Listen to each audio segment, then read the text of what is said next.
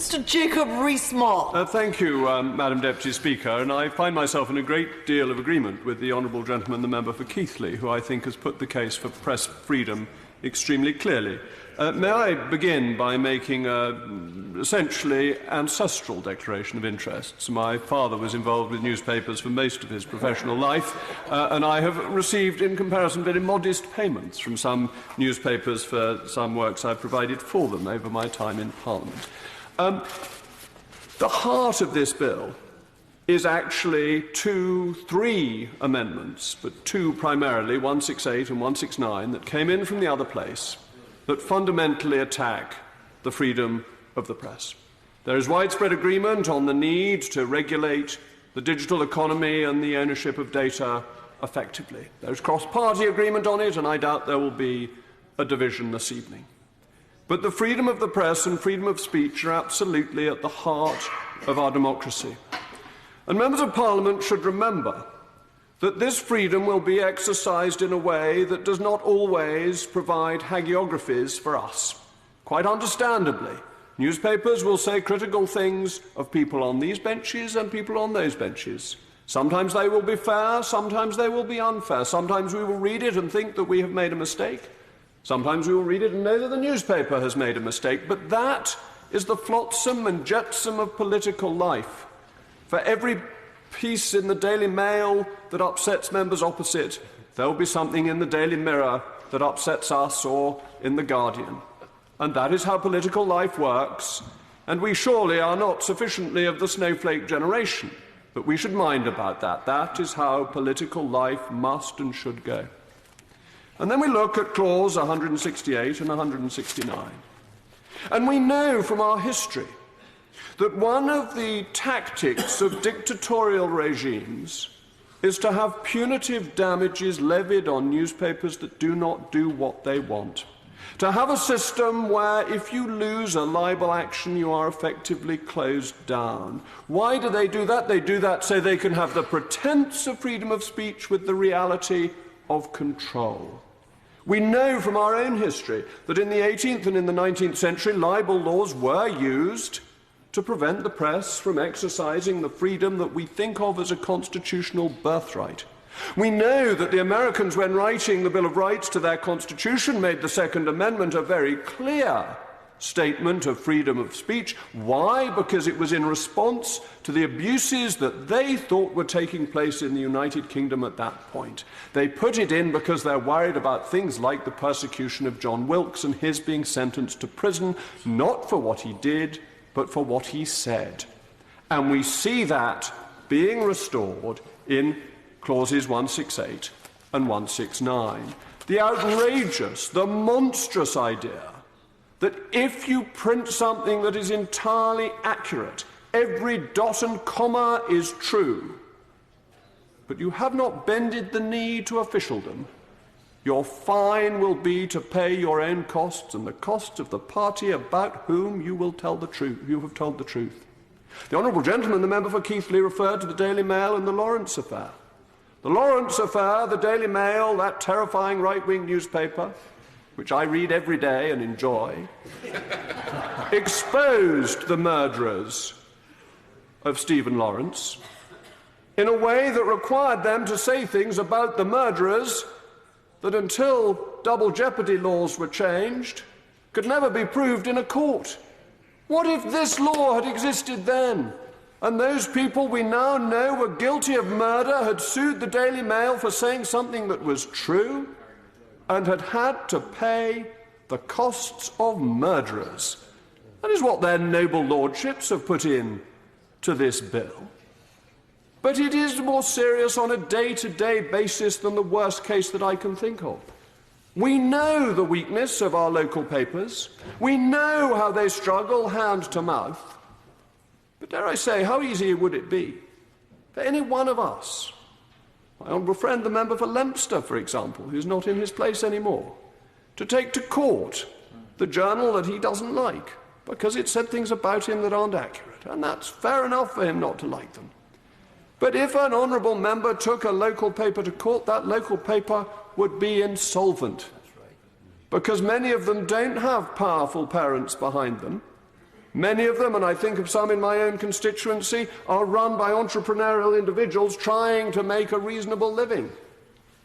And the threat that they would have to pay double costs would be sufficient to stop them printing that story that was disagreeable about us. Well, that's great. That means that in all Conservative seats, no disagreeable things will be published about Conservatives. In all Labour seats, the same will be true. And therefore, I remain the representative for North East Somerset forever and ever, amen, amen, alleluia, and the honourable gentleman for Keighley remains in Keighley likewise. But as it happens, both of us think this is fundamentally wrong and an attack on democracy. Free speech is not there so that Rupert Murdoch, a man I greatly admire, can make a great deal of money. It's not there so that the noble Lord Rothermere, can likewise make a decent living. It's there because it is the pillar of democracy. And if we do not have it, how can you expose corrupt governments, incompetent politicians, and dare I say it, there are some occasionally, governments that make mistakes? How do you expose that? Councils that get things wrong, errors that are made, dishonesties that are performed.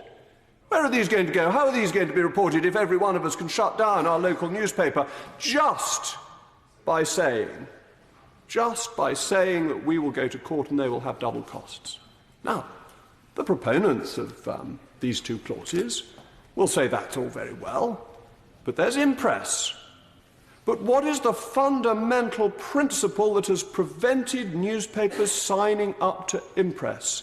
A principle that I was one of 13 MPs who voted against the bill allowing this to happen, and feel that I was absolutely right to do so. A principle that a free press is one that cannot be regulated by the state.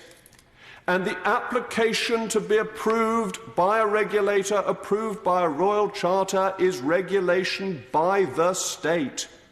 And it is not comparable with the judges or other organs of the state that are independent, because the judges are part of the state. They are simply independent from this place and from the executive. The whole point of the press, it is not in any way part of the press. And so, quite understandably, no serious newspaper of the left or of the right has been willing to bend the knee to impress, and nor should it.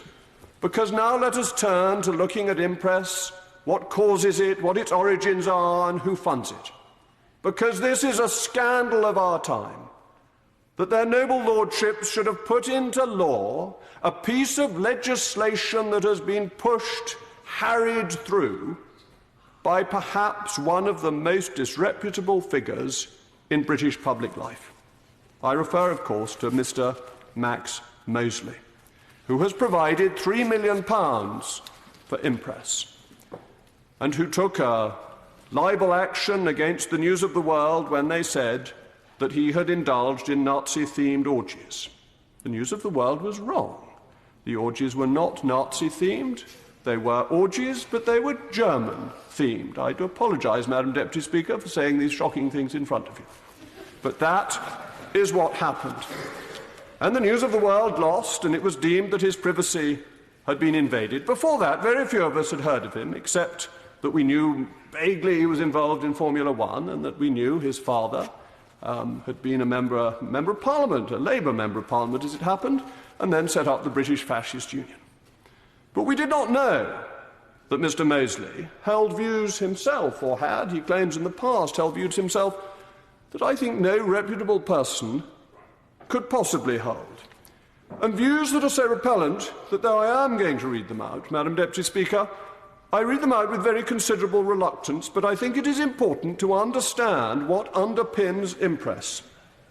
Because Mr. Mosley was the authoriser of a leaflet. And we all know, because we've stood for Parliament, how important the authoriser of a leaflet is.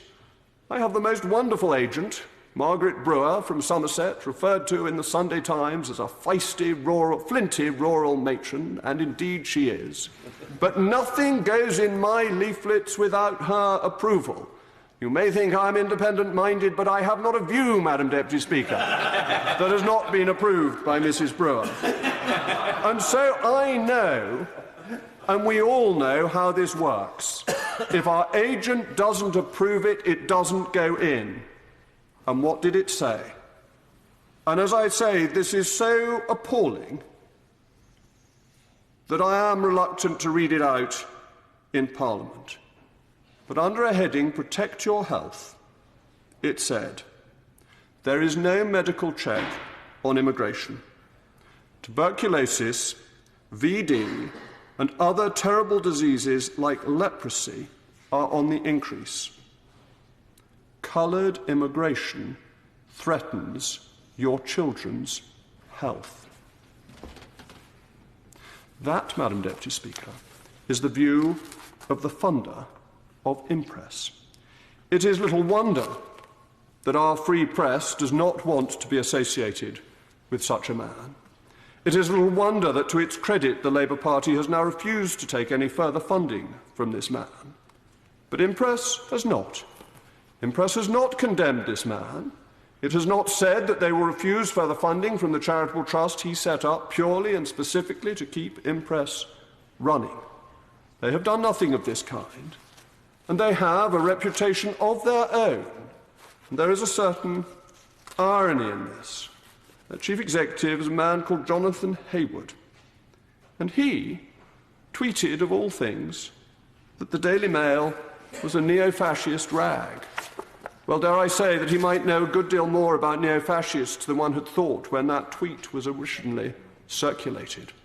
We are suggesting under clauses 168 and 169 that that most precious thing, which underpins and protects and gives us our democracy, should be sacrificed to the honour of a man who has waged a campaign against freedom of the press because it exposed his perversions.